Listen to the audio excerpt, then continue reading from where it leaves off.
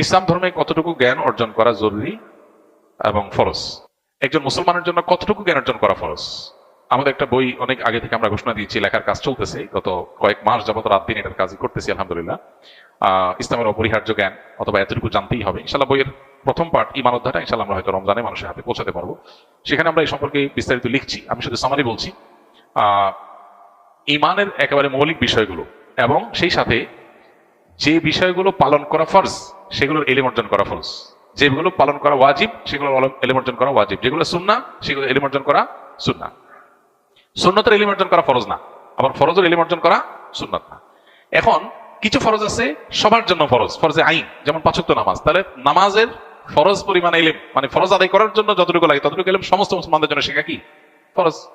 ঈমান রক্ষা সবার জন্য ফরজ, তাহলে ঈমান রক্ষার জন্য যা যা দরকার ঈমানের বেসিক বিষয় সেগুলো সবার জন্য জানা ফরজ।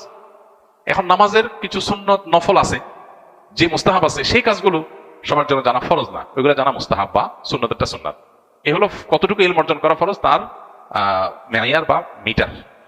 এখন একজন ব্যবসায়ী, তিনি দোকানদারি করেন, তার জন্য দোকানে হালাল হারামের ব্যাপার আছে, তাহলে এই সংক্রান্ত ইলম অর্জন করা তার জন্য ফরজ।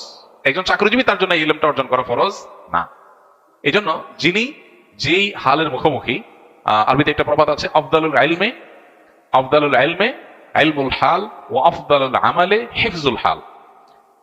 সবচেয়ে উত্তম ইলম হলো যে যে অবস্থার মুখোমুখি হবে সেটার ইলম, আর সবচেয়ে উত্তম আমল হলো যে অবস্থা আছে সেই অবস্থা আল্লাহর হুকুমকে সংরক্ষণ করা, এটা হলো সবচেয়ে উত্তম আমল।